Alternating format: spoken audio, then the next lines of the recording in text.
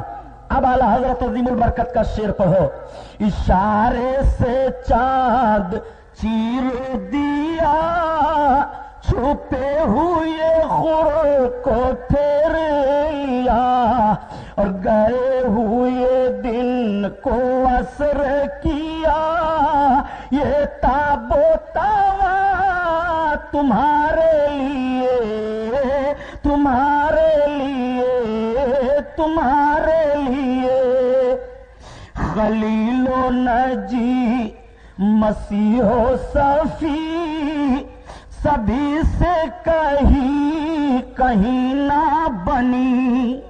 اب آپ ذرا اپنے ذہن و فکر کو صاف کریں، آقا کریم صلی اللہ علیہ وسلم کی عظمت ملاحظہ فرمائیں۔ ہمارا اور آپ کا ایمان و عقیدہ ہے کہ قیامت برحق ہے، قیامت آئے گی۔ اگر کوئی قیامت کا انکار کر دے تو علماء سے فتویٰ لے لو کہ اس کا داخلہ اسلام میں رہے گا کہ اسلام سے خارج ہو جائے گا۔ اور ہمارا ہی عقیدہ نہیں بلکہ دنیا میں جتنے مذہب کے ماننے والے ہیں، اسلام کے مخالفین ہوں، اسلام پر تنقید و تبصرہ کرنے والے ہوں، سب کا یہ خیال اور مستحکم و یقین خیال ہے کہ دنیا ایک نہ ایک روز ضرور ختم ہوگی اور اسی دن کا نام قیامت ہے۔ جب قیامت قائم ہوگی، قیامت کے قائم ہونے کا نقشہ کیا ہوگا؟ رب تعالیٰ کا حکم ہوگا حضرت اسرافیل کو، اسرافیل سور پھونکو۔ حضرت اسرافیل پہلی بار سور پھونکیں گے، زلزلہ کی شکل میں ساری دنیا کا معاملہ ہوگا۔ دوسری بار سور پھونکیں گے، سب مر جائیں گے، سب فنا ہوں گے، سب ختم ہو جائیں گے، پہاڑ ریزہ ریزہ ہو جائیں گے، سمندر خشک ہو جائیں گے، زمین ہموار ہو جائے گی، مثل تانبے کے ہو جائے گی، سورج سوا نیزہ پر ہوگا۔ آپ سوا نیزہ کی پیمائش کر لیجئے اور سورج کو دیکھ لیجئے۔ آج سورج 9,88,78,78 میل کی دوری پر ہے۔ اس کی شعاعوں کا حال یہ ہے کہ گرمی کی شدت ہم برداشت نہیں کر پاتے ہیں، تب سورج صرف سوا نیزہ پر ہوگا، بالکل لوگوں کے سر پر سورج ہوگا۔ آج سورج اپنے پشت کے بل ہے، تب اپنے منہ کے بل ہو جائے گا۔ منہ کی طرف سے جب اس کی شعاعیں بکھریں گی تو کتنی شدت کی گرمی ہوگی، وہ قیامت کا میدان ہوگا۔ زمین کے ایک حصے پر اگر چنا پڑ جائے تو پھوٹ کر کے گرمی سے دوسری جگہ جا کر کے پڑے گا، وہ گرمی ہوگی، وہ قیامت کا نقشہ ہوگا۔ اس کے بعد حضرت اسرافیل علیہ السلام سور پھونکیں گے، سب زندہ ہو جائیں گے، نفسی نفسی کا عالم ہوگا، پیاس کی شدت ہوگی، ایسی پیاس لگے گی کہ زبانیں پیاس سے باہر نکل آئیں گی۔ آپ ذرا جب پیاس لگے تو احساس کرو اپنے پیاس کو، اور کتنی کڑی پیاس ہوتی ہے جب زبان خشک ہو جاتی ہے، جب ہونٹوں پر پپڑیاں پڑ جاتی ہیں، جب زبان باہر نکل آئے تو پیاس کی انتہا ہو جاتی ہے۔ گرمی سے بدن بھڑک اٹھیں گے۔ اعلیٰ حضرت عظیم البرکت رب کی بارگاہ میں دعا مانگتے ہیں اور دعا مانگنے کا ڈھنگ بتاتے ہیں۔ یا الہی، جب زبانیں باہر آئیں پیاس سے، صاحب کوثر شہ جود و عطا کا ساتھ ہو، اور یا الہی کربی محشر سے جب بھڑکے بدن، دامن محبوب کی ٹھنڈی ہوا کا ساتھ ہو۔ آؤ ذرا دیکھو قیامت کا وہ نقشہ ہوگا، نفسی نفسی کا عالم ہوگا۔ باپ بیٹے سے بھاگے گا، بیٹا باپ سے بھاگے گا، شوہر و بیوی کی اگر ملاقات ہو جائے گی اور بیوی کہے گی تم میرے شوہر ہو، یا شوہر کہے گا تو میری بیوی ہے، آج میری مدد کر دے، انکار کر دیں گے میری تیری شادی ہی نہیں ہوئی تھی۔ یہ افراتفری کا عالم ہوگا، یہ نفسی نفسی کا عالم ہوگا، کوئی کسی کا پرسان حال نہیں ہوگا۔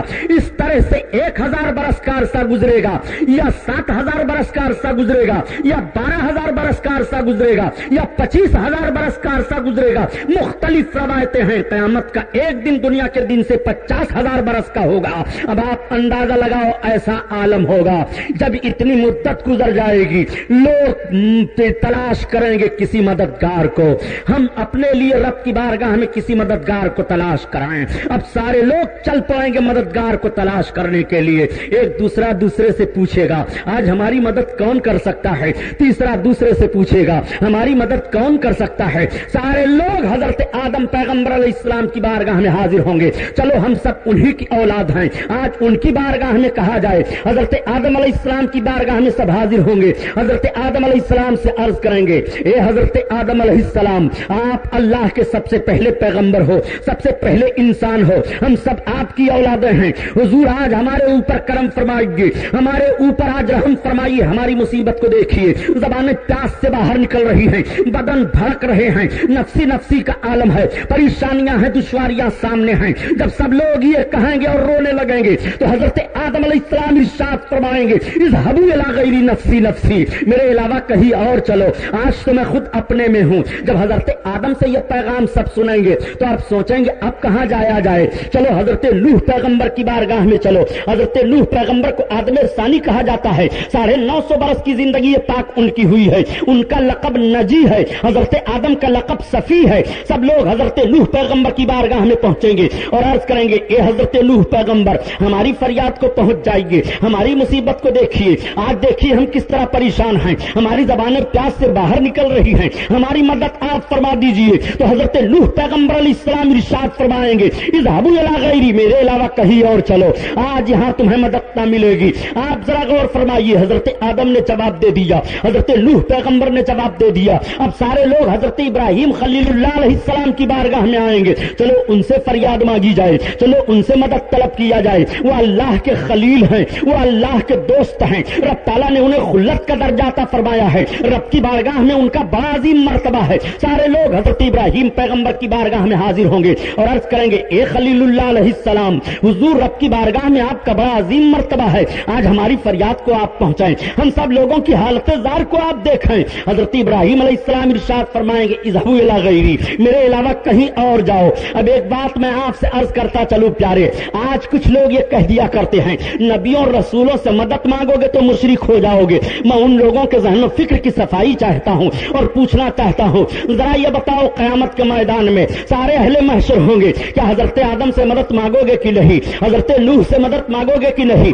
حضرت ابراہیم سے مدد مانگو گے کہ نہیں؟ یہ اولو العزم پیغمبران اس دن یہ نہیں ارشاد فرمائیں گے کہ آج کہاں شرک کرنے چلے آئے ہو، آج تو ڈائریکٹ رب کی بارگاہ میں پہنچ جاؤ۔ نہیں، بلکہ جب حضرت آدم سے مدد مانگی جا رہی ہے تو وہ فرماتے ہیں میرے علاوہ کہیں اور جاؤ۔ حضرت نوح سے مدد مانگی جا رہی ہے تو وہ فرماتے ہیں میرے علاوہ کہیں اور جاؤ۔ حضرت ابراہیم سے مدد طلب کر رہے ہیں تو وہ فرماتے ہیں میرے علاوہ کہیں اور جاؤ۔ ان اولو العزم پیغمبروں کو چاہیے کہ وہ کہہ دیتے اذهبوا الی اللہ، رب کی بارگاہ میں چلو، رب کا نام لو، اس کی بارگاہ میں فریاد کرو۔ نہیں، بلکہ ہر کوئی یہی کہہ رہا ہے میرے علاوہ کہیں اور چلو۔ اب سارے لوگ چل کر کے حضرت عیسیٰ پیغمبر کی بارگاہ میں آئیں گے اور عرض کریں گے اے حضرت عیسیٰ مسیح، آپ کا لقب مسیح ہے، رب تعالیٰ نے بڑا عظیم مرتبہ آپ کو دیا ہے، حضور آج ہماری فریاد کو آپ پہنچ جائیں، ہم لوگ ان پیغمبروں کی خدمتوں سے ہو کر کے آئے ہیں۔ تو حضرت عیسیٰ علیہ السلام بھی ارشاد فرمائیں گے میرے علاوہ کہیں اور جاؤ۔ ایک بات اور بتا دوں پیارے، دیکھو اللہ کے رسول صلی اللہ تعالیٰ علیہ وسلم کو اس وقت لوگوں کے دل میں سرکار کا خیال نہیں رہ جائے گا، محو ہو جائے گی یہ بات۔ آج محدثین سے سن رہے ہو، علماء کی تقریروں میں سن رہے ہو، اماموں سے جمعہ میں سن رہے ہو، آپ خود جانتے ہو کہ قیامت کے میدان میں اللہ کے رسول صلی اللہ علیہ وسلم ہی ہماری بخشش کے لیے رب کی بارگاہ میں عرض گزار ہوں گے اور سب سے پہلے انہی کی امت جنت میں جائے گی، سب سے پہلے آقا ہی جنت کا دروازہ کھلوائیں گے، سب سے پہلے سرکار ہی رب کی بارگاہ میں سب کی سفارش کریں گے۔ تو سرکار کا ان کی بارگاہ میں قیامت میں چلا جانا چاہیے۔ یہ حضرت آدم کے پاس کیوں جا رہے ہیں؟ حضرت نوح کے پاس کیوں جا رہے ہیں؟ ابراہیم و عیسیٰ کے پاس کیوں جا رہے ہیں؟ تو علماء محدثین جواب دیتے ہیں کہ اگر ڈائریکٹ سب سرکار کی بارگاہ میں پہنچ جاتے تو یہ ذہن و فکر دینے والا دے سکتا تھا کہ قیامت میں جو کام محمد الرسول اللہ نے کر دیا، ہم آدم کے پاس جاتے تو وہ بھی کر دیتے، حضرت نوح کے پاس جاتے تو وہ بھی کر دیتے، حضرت ابراہیم کے پاس جاتے تو وہ بھی کر دیتے۔ اس لیے پہلے تمہیں ان سارے اولو العزم پیغمبروں کی خدمتوں میں گھما لیا گیا تاکہ پتہ چل جائے کہ قیامت کے میدان میں جو کام کوئی نہیں کرے گا، امت کے لیے وہ کام محمد الرسول اللہ کریں گے۔ اللہ اکبر۔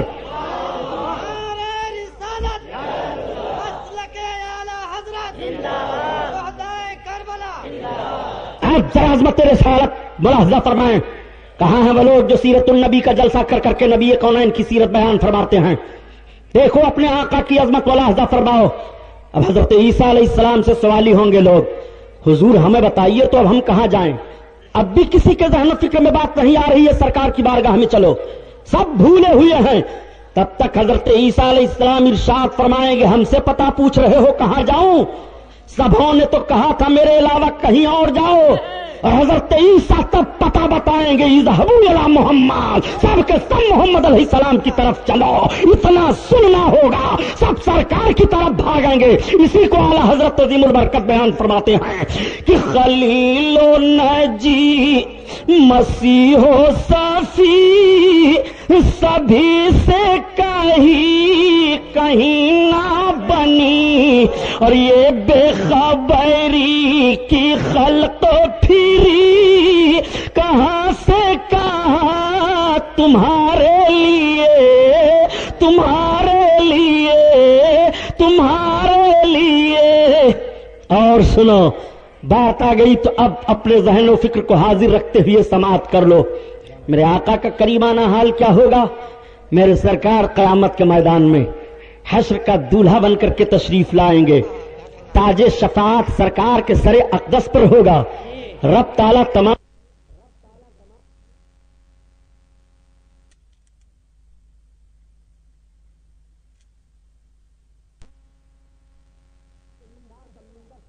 سرکار کا منبر سب سے اونچا ہوگا۔ میرے آقا جب تشریف لائیں گے، میرے آقا قیامت کے میدان میں تشریف لا رہے ہیں اور سب فریادی فریاد اس طور سے پیش کریں گے جیسے سرکار جلوہ افروز ہوں گے. چہرے انور پر نگاہ جائے گی، آنسو گرنے لگیں گے، فریادی بن کر عرض کریں گے یا رسول اللہ کرم کرو. نہیں، پہلے سب سرکار کو سلام کریں گے. اعلی حضرت اسی کا نقشہ بیان فرماتے ہیں کہ کاش محشر میں جب ان کی آمد ہو، بھیجے سب ان کی شوکت پہ لاکھوں سلام، لاکھوں سلام. سب سرکار کو سلام عرض کریں گے. یا رسول اللہ آپ پر سلام، یا نبی سلام علیکہ، الصلاۃ والسلام علیکہ یا رسول اللہ. سب سرکار کو سلام عرض کریں گے. آپ ذرا ملاحظہ کرو، اب جب سرکار پر سلام عرض کریں گے میرے آقا جلوہ افروز ہیں. وہ آقا کا منبر کیا ہوگا؟ حضرت ابن عباس رضی اللہ تعالیٰ عنہ کی حدیث پاک ہے، سرکار کی روایت کو بیان فرماتے ہیں کہ آقا کریم صلی اللہ علیہ وسلم نے ارشاد فرمایا رب تعالیٰ قیامت کے دن اپنی کرسی پر مجھے جلوہ افروز فرمائے گا. میرے سرکار رب کی کرسی پر جلوہ افروز ہوں گے. اور دوسری حدیث شریف ہے کہ رب تعالیٰ اپنی کرسی کے داہنی جانب اپنے محبوب کی کرسی لگوائے گا. اسی کو اعلیٰ حضرت عظیم البرکت اس طرح بیان فرماتے ہیں کہ جس کو سایہ ہے عرش خدا پر جلوس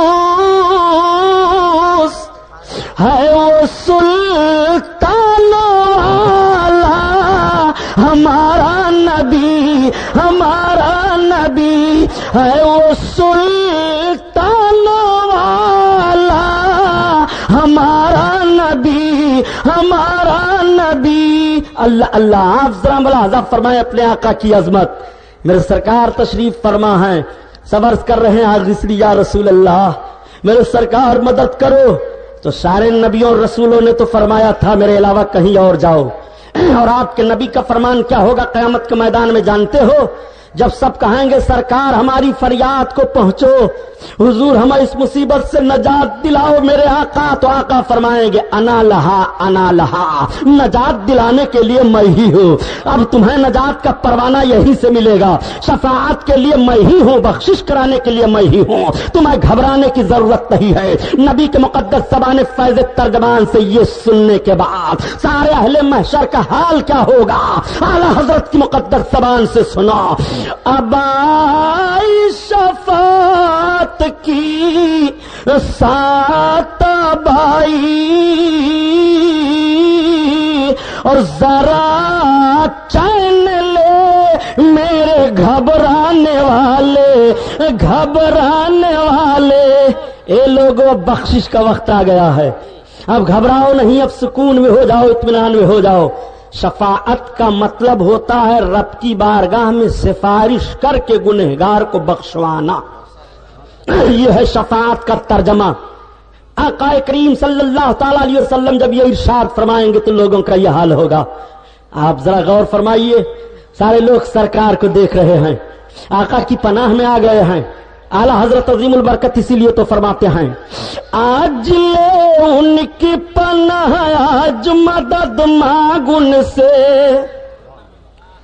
آج لے ان کی پناہ، آج مدد مانگ ان سے. اور کل نہ مانیں گے قیامت میں اگر مان گیا، قیامت میں اگر مان گیا، قیامت میں اگر تو مان گیا کہ نبی عظمت والے ہیں، بخشوانے والے ہیں، طاقت و قوت والے ہیں، امن و امان دینے والے ہیں، پناہ دینے والے ہیں، اور نبی نے پناہ دینے سے انکار کر دیا، نہ مانے، تب تیرے لیے کیا حال ہوگا؟ آج ہی نبی کی پناہ میں آ جا، آج ہی ان سے پناہ لے لے تاکہ تجھے قیامت کے دن بھی پناہ مل جائے، اور تاکہ قیامت کے دن بھی تجھے نبی کا امن مل جائے. آؤ ذرا ملاحظہ فرماؤ اب میرے سرکار کا کریمانہ حال کیا ہوگا. میرے آقا صلی اللہ تعالی علیہ وسلم اپنی جبیب اقدس کو سجدہ میں رکھیں گے. اس سے پہلے میرے سرکار اپنے دستے نبوت میں حمد کا جھنڈا لیں گے اور حمد کا جھنڈا قیامت کے میدان میں لہرائیں گے، رب کی تعریف کریں گے۔ اعلیٰ حضرت عظیم البرکت فرماتے ہیں کہ جب نبی کے مقدس ہاتھ میں حمد کا جھنڈا ہوگا، تعریف کے رب کا جھنڈا ہوگا اور سرکار رب کی تعریف کریں،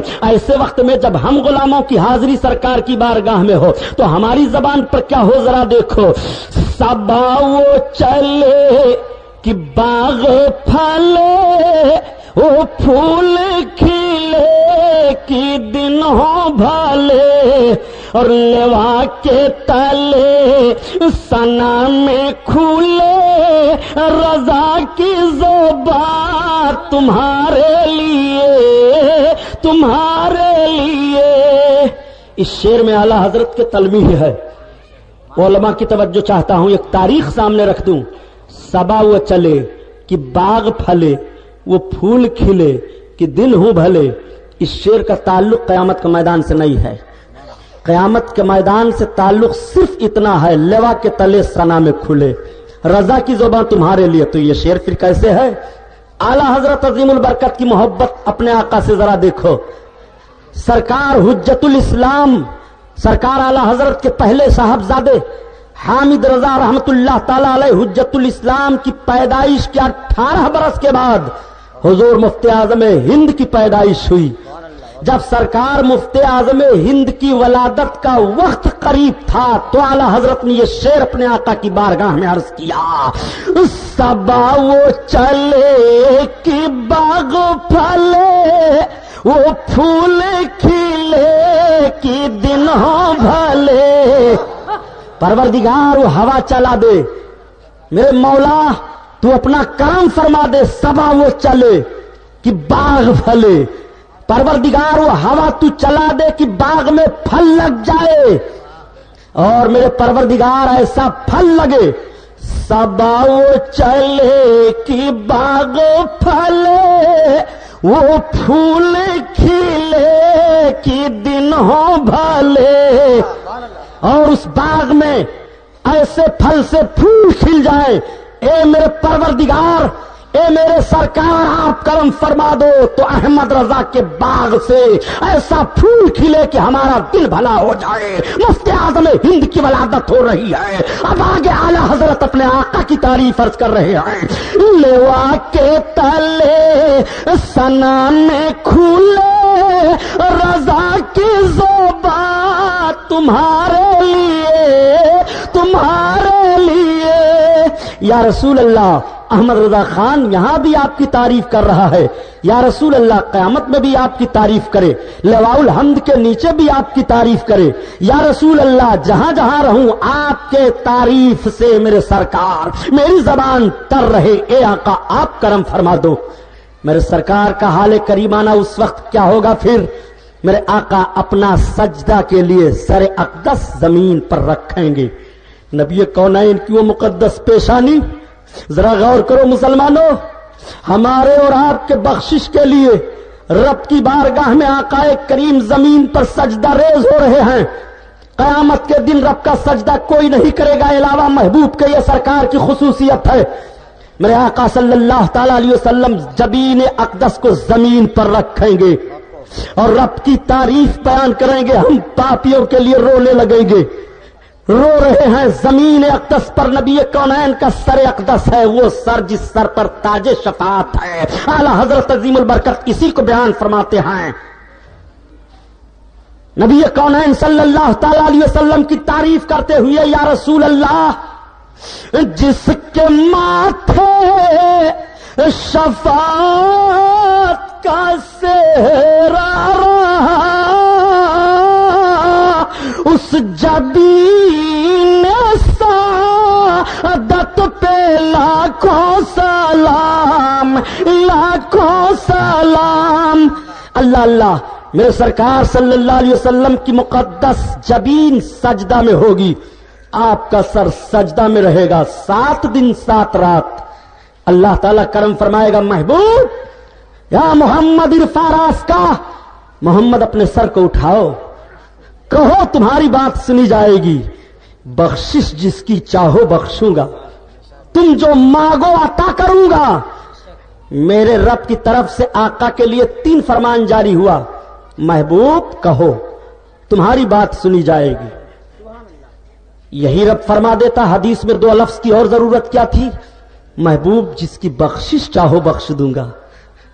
اب تو بات مکمل ہو گئی، محبوب تمہاری بات بھی سن لوں گا، جس کی بخشش چاہو بخش دوں گا۔ نہیں، رب اور فرمان جاری فرماتا ہے، محبوب جو تم مانگو عطا کروں گا۔ تینوں جملوں پر ذرا غور فرمائیے، محبوب تمہاری بات سنی جائے گی، تم جس کی بخشش کراؤ گے بخش دوں گا، محبوب تم جو مانگو گے دے دوں گا۔ میرے آقا صلی اللہ علیہ وسلم اب رب کی بارگاہ میں عرض کیا کر رہے ہیں اور کس کو بخشوا رہے ہیں اور رب کی بارگاہ سے مانگ کیا رہے ہیں، ان تینوں باتوں کو ذہن میں رکھیے تو انشاءاللہ آپ کے ایمان پر کوئی ڈاکہ نہیں ڈال پائے گا۔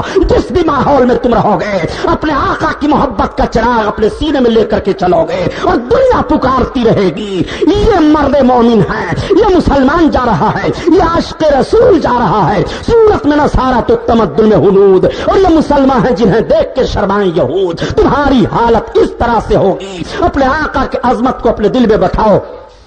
دیکھو میرے سرکار صلی اللہ علیہ وسلم کا قریبانہ حال ملاحظہ کرو، میرے سرکار رب کی بارگاہ میں عرض کیا کریں گے اور سرکار صلی اللہ علیہ وسلم کس کی بخشش مانگیں گے۔ میرے آقا جلوہ افروز ہیں، صحابہ کی انجمن سجی ہوئی ہے، قیامت کی بات چل رہی تھی، آقا کریم صلی اللہ تعالی علیہ وسلم نے ارشاد فرمایا کہ میں نے اپنے امتیوں کی بخشش کی دعا رب کے بارگاہ میں مانگی تو رب تعالیٰ نے مجھے اختیار دیا، محبوب تم اپنی آدھی امت کی بخشش بلا حساب لے لو اور یا تو شفاعت لے لو۔ بلا حساب اور شفاعت کا مطلب آپ کی زبان میں سمجھا دوں، محبوب تمہاری آدھی امت کی بخشش میں کر دوں گا، حساب و کتاب کچھ نہیں ہوگا، اور یا تو شفاعت لے لو، شفاعت کا مطلب محبوب جس کو تم بخشواؤ گے بخش دوں گا۔ میرے آقا کا صلی اللہ علیہ وسلم کا اب کرم دیکھو، رب کا فرمان جاری ہوا، محبوب تمہارے آدھی امت کی بخشش بلا حساب کر دوں۔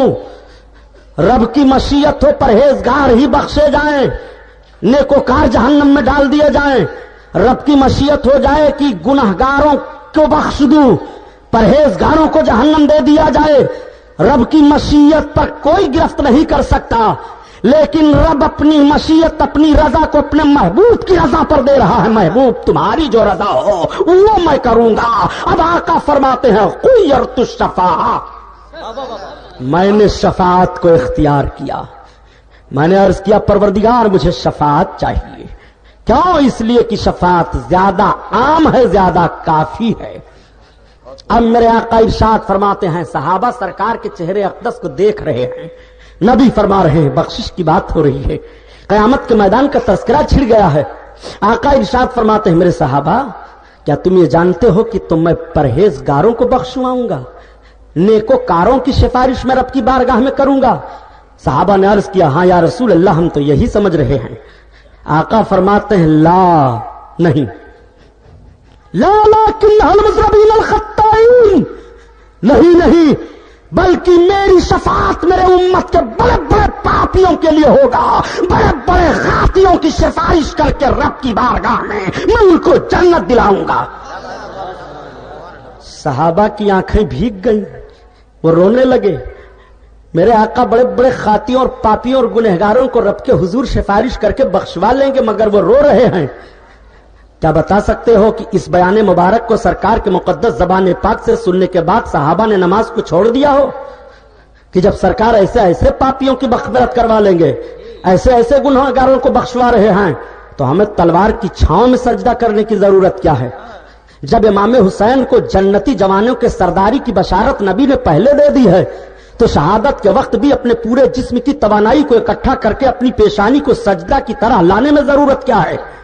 آپ ذرا غور فرمائیں، جب صحابہ نے اپنے آقا کی مقدس زبان سے اس جملہ کو سنا تو ان کی آنکھیں بھیگ جاتی ہیں اور ان کا عمل اور زیادہ بڑھ جاتا ہے۔ وہ عرض کرتے ہیں یا رسول اللہ، جب پاپیوں کے لیے آپ کا یہ کرم ہے تو متقیوں کے لیے کتنا بڑا کرم ہوگا؟ جب اس پار کا یہ عالم ہے اس پار کا عالم کیا ہوگا؟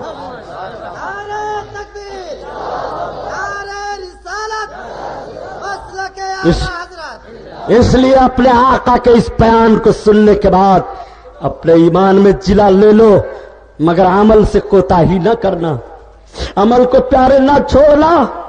میرے سرکار نے تمہیں محروم نہیں کیا، مایوس نہیں کیا۔ گنہگاروں پاپیوں مایوس نہ ہو۔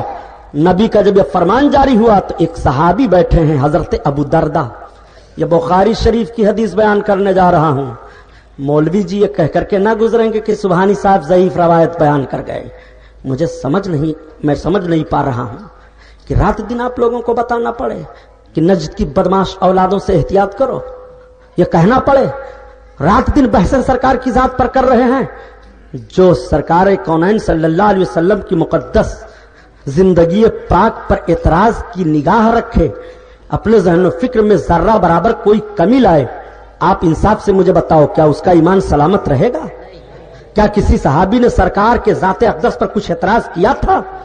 اور جس نے اعتراض کیا وہ منافقین کی جماعت ہے، اور جو اعتراض نہیں کیے سرکار کے ہر قانون پر، ہر فرمان پر آمنا و صدقنا کہتے رہے، عمل کرتے رہے، وہی مبارک جماعت صحابہ کی ہے۔ میرے سرکار نے جب یہ ارشاد فرمایا تو حضرت ابو دردہ کھڑے ہو گئے، عرض کرتے ہیں یا رسول اللہ، ان کے ذہن و فکر میں یہ بات آئی حضرت ابو دردہ کے کہ سرکار فرماتے ہیں کہ اتنے بڑے بڑے پاپیوں، خاطیوں، گنہگاروں کو میں بخشواؤں گا تو سب سے بڑا گناہ تو چوری کرنا ہے، سب سے بڑا گناہ تو زنا کرنا ہے۔ لاؤ سرکار سے پوچھ لوں کہ یا رسول اللہ زانی اور چور کو بھی آپ بخشوا لیں گے؟ مزاج دیکھو صحابی کا، ان کے ذہن و فکر میں یہ بات آئی تو عرض گزار ہوتے ہیں یا رسول اللہ وَإِن زَنَا وَإِن سَرَقَ، اگر کسی نے زنا کر لیا، چوری کر لیا، آپ بخشوا لیں گے؟ آقا فرماتے ہیں نام وَإِن زَنَا وَإِن سَرَقَ، ہاں اگر چور ہے، زانی ہے۔ پھر تعجب میں ہو کر کے حضرت ابو دردہ عرض کرتے ہیں یا رسول اللہ وَإِن زَنَا وَإِن سَرَقَ، چور زانی۔ آقا فرماتے ہیں ہاں ابو دردہ، رب کی بارگاہ میں چور اور زانی کی شفاعت کر کے میں اس کو جنت دلاؤں گا، میں اس کو بخشواؤں گا۔ اسی کی ترجمانی اعلی حضرت عظیم البرکت فرماتے ہیں بد سہی چور سہی مجرم ناکارہ سہی، بد سہی چور سہی مجرم ناکارہ سہی، اے وہ کیسا ہی سہی ہے تو کریمہ تیرا، کریمہ تیرا، کریمہ تیرا۔ اللہ اللہ، آپ ذرا سرکار کی عظمت کو تے دیکھو، چوروں کو کس نے سہارا دیا، پاپیوں کو کس نے مغفرت کی بشارت دی، تمہاری زندگی کی امیدوں کو کس نے بڑھایا؟ آپ کو کہنا پڑے گا محمد الرسول اللہ صلی اللہ تعالی علیہ وسلم۔ ایسے رسول کے امتی ہو جو تمہارے مغفرت کی ضمانت اس طرح سے لے رہے ہیں۔ مسلمانوں اپنے نبی کی شان میں توحید کا کوئی جملہ برداشت کر سکتے ہو؟ آج کیوں فرقے فرقے بانٹ کر کے مسلمانوں کے ایمان پر ڈاکہ ڈالا جا رہا ہے؟ اگر کسی نے عرض کر دیا یا نبی سلام علیکہ، یا رسول اللہ دہائی، یہ مشرک ہے، یہ اسلام سے نکل گیا، اس کا تعلق اسلام سے نہیں ہے، حرام خور بتا اور اسلام کیا ہے؟ نبی کی محبت کا نام اسلام ہے، اور نبی کی محبت میں چیموئی گوئی کرنا قرآن فیصلہ دے رہا ہے، اسی کا نام نفاق ہے۔ سنو، آقا کریم صلی اللہ علیہ وسلم کا دریائے کرم اب دیکھو کس طرح جوش پر ہے۔ جب میرے سرکار نے فرمایا کہ چور کو، زانی کو، ان سب کو رب کی بارگاہ میں سفارش کر کے بخشواؤں گا، تو ذہن میں ایک سوال آتا ہے کہ بہت چور ہوں گے، بہت زانی ہوں گے، بہت خاطی پاپی ہوں گے، سرکار کی امتیں بہت زیادہ ہوں گی۔ آقا نے فرمایا کہ قیامت کے میدان میں 120 صفیں لوگوں کی لگیں گی، جس میں سے صرف 80 صفیں میرے امتیوں کی ہوں گی، باقی 40 صفوں میں سارے لوگ ہوں گے۔ اتنی بڑی تعداد سرکار کے امتیوں کی ہوگی۔ آقا کے امتیوں میں پاپیوں اور گنہگاروں کی بھی کمی نہیں ہے۔ ذہن و فکر پر اس سوال آیا کہ کتنے پاپیوں اور خاطیوں کو سرکار بخشوائیں گے؟ ذہن و فکر کے اس سوال کو بھی میرے آقا نے صاف کر دیا۔ آقا ارشاد فرماتے ہیں میرے صحابہ سنو، میں کتنوں کو قیامت میں بخشواؤں گا؟ 1000، 2000، 1 لاکھ، 1 کروڑ، 2 کروڑ، 2-4 ارب،